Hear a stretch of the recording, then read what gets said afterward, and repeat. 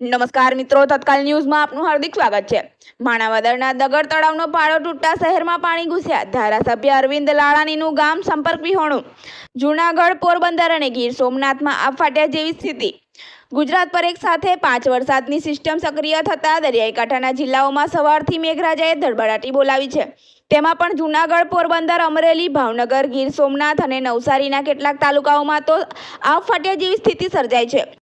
હવામાન વિભાગે આગામી 26 ઓગસ્ટ સુધી ભારે વરસાદની આગાહી કરી છે। આજે સવારથી સૌરાષ્ટ્ર અને દક્ષિણ ગુજરાતના જિલ્લાઓમાં ધોધમાર વરસાદ વરસી રહ્યો છે। જૂનાગઢના મેદરડામાં સૌથી વધુ 13 ઇંચ વરસાદ ખાબકતા જળબંકાળની સ્થિતિ જોવા મળી।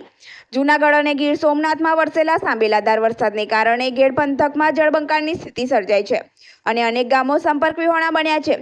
ત્યારે સ્થિતિને પહોંચી વળવા માટે એનડીઆરએફની ટીમો પણ રેસ્ક્યુ કામગીરીમાં જોડાઈ છે। ભારે વરસાદની વચ્ચે દરિયામાં ભારે કરંટ જોવા મળી રહ્યો છે। રાજ્યના તમામ બંદરો પર 3 નંબરનું ભયસૂચક સિગ્નલ લગાવી દેવામાં આવ્યું છે। માછીમારોને દરિયામાં ન જવા માટે ચેતવણી આપવામાં આવી છે। રાજ્યમાં દરિયાઈ કાંઠાના વિસ્તારમાં અતિભારે વરસાદ વરસી રહ્યો છે। માછીમારોને દરિયો ન ખેડવા ચેતવણી આપવામાં આવી છે અને તમામ બંદરો પર હાલ ભયસૂચક 3 નંબરનું સિગ્નલ લગાવી દેવામાં આવ્યું છે। આવા તત્કાલ ન્યૂઝને જોવા અને સાંભળવા અમારી ન્યૂઝ ચેનલને લાઇક, સબસ્ક્રાઇબ, શેર કરો। ધન્યવાદ।